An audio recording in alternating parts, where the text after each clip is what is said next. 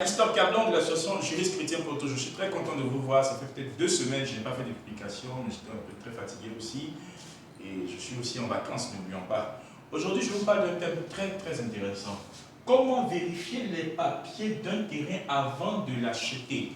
Beaucoup de gens sont confrontés à ça. Je veux acheter un terrain, mais je ne sais pas comment contrôler les papiers de ce terrain pour voir si c'est un bon terrain ou c'est un mauvais terrain. Par bon terrain, je veux dire par là, un terrain qui n'a pas de problème, c'est vraiment lui qui veut me vendre qui est le propriétaire. Dans ce cas précis, lorsque je vais acheter un terrain, comment vérifier les papiers? On a prévu 2 cas. Le premier cas, lorsqu'on a une attestation de l'agence ou une attestation de cession, ici. Et le deuxième cas, lorsque nous avons une lettre d'attribution, un état de manière, un ACD ou un CMPF, qui est un certificat d'imitation de propriété foncière. Donc, on commence par le premier cas. Lorsque nous avons une attestation villageoise ou une attestation de cession, je veux payer un terrain, le type me donne, il a une attestation villageoise. Qu'est-ce que je fais? Vous savez d'abord que l'attestation de cession, c'est lorsque je veux céder mon terrain à quelqu'un, le nouvel acquéreur, on lui donne une attestation de cession après avoir inscrit son nom dans le guide villageois. Je reviens dessus. Lorsqu'on a une attestation villageoise ou une attestation de cession, celui qui veut nous vendre le terrain a ce document-là. Qu'est-ce qu'il faudrait faire? D'abord, la première des choses, c'est se rendre à la chefferie. Souvent, sur l'attestation de cession, sur l'attestation villageoise, il y a écrit le nom de la chefferie. Par exemple, chefferie de X. Bon, je ne vais pas vous donner le nom. Quand vous avez le nom de la chefferie, tapez sur Internet, sur Google Maps, vous allez voir où se trouve la chefferie et vous vous rendez à la chefferie. Quand vous rendez à la chefferie, vous demandez à consulter le guide villageois. Le guide villageois, ils vont vous dire de prendre un huissier qu'on appelle commissaire de justice pour venir vérifier. Dès lors, quand ils vont ouvrir le guide villageois, ils vont voir si celui qui vous vend le terrain est bel et bien propriétaire du terrain en ouvrant le guide villageois. Donc, c'est la première des choses que vous allez faire. Vous partez à la chefferie, ils vont vous demander à voir le guide villageois et vous demandez à regarder pour voir si c'est bel et bien celui qui me vend là qui est bel et bien propriétaire. Parce que je suppose que j'ai une attestation villageoise ou une attestation de cession. Une fois que j'ai vérifié, j'ai vu que c'est lui qui me vend qui est bel et bien propriétaire, son nom est inscrit dans le guide villageois. Je ne me précipite pas pour aller payer. Je passe à la deuxième étape. Au ministère de la Construction. Souvent, si c'est dans une zone reculée de l'intérieur du pays, c'est la direction régionale du ministère de la Construction, par exemple de Beaunois et autres. Vous vous rendez à la direction régionale du ministère de la Construction pour aller vérifier là-bas pour voir si quelqu'un n'a pas commencé à faire les procédures d'un ACD sur ce terrain.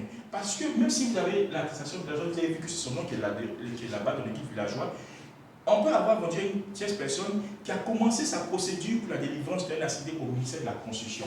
Dans ce cas précis, quand vous allez introduire votre procédure sera rejetée au ministère de la Construction parce qu'il y a quelqu'un déjà qui est en train de faire un ACD sur ce terrain.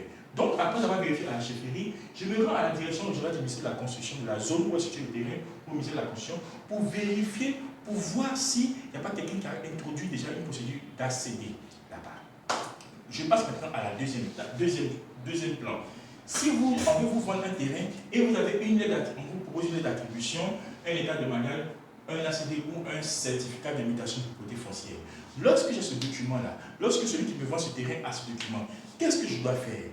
Les gens disent que non, je vais au ministère de la Construction et puis c'est fini. Non, ce n'est pas fini. Les étapes sont longues. Regardez les étapes. On se rend d'abord au ministère de la Construction. D'abord pour voir s'il n'y a pas quelqu'un qui a introduit déjà un ACD en son nom sur ce terrain. Une fois que vous voyez qu'il n'y a pas de problème dessus, ok. Vous partez maintenant à la conservation de la propriété foncière et des hypothèques. Vous voyez? Parce que celui qui vend le terrain peut avoir un ACD correct, un papier correct, où il y a des traces au ministère de la Construction. Mais il a peut-être pris un crédit à la banque et son terrain est hypothéqué. Tu vas payer un terrain hypothéqué, tu ne sais pas, tu payes. Mais finalement, le terrain est hypothéqué. Et tu veux lever l'hypothèque, quand tu dis non, il faut rembourser le crédit.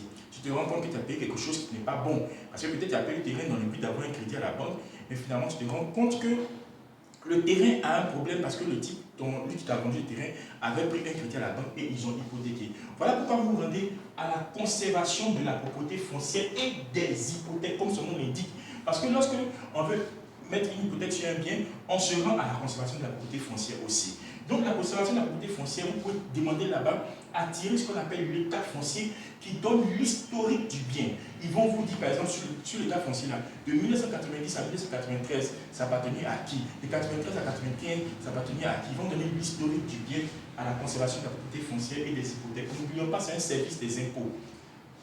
Après ça, quand vous finissez, vous pouvez voir que là-bas c'est correct.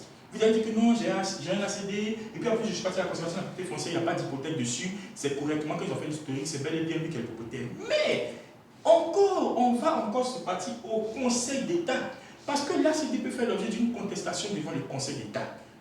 Ou un CMPF fait, un CMPF, un ACD peut faire l'objet d'une contestation devant le Conseil d'État. Qu'est-ce qui se passe devant le Conseil d'État? Donc ça veut dire que j'ai payé un terrain avec un ACD, mais cet ACD est contesté devant le Conseil d'État.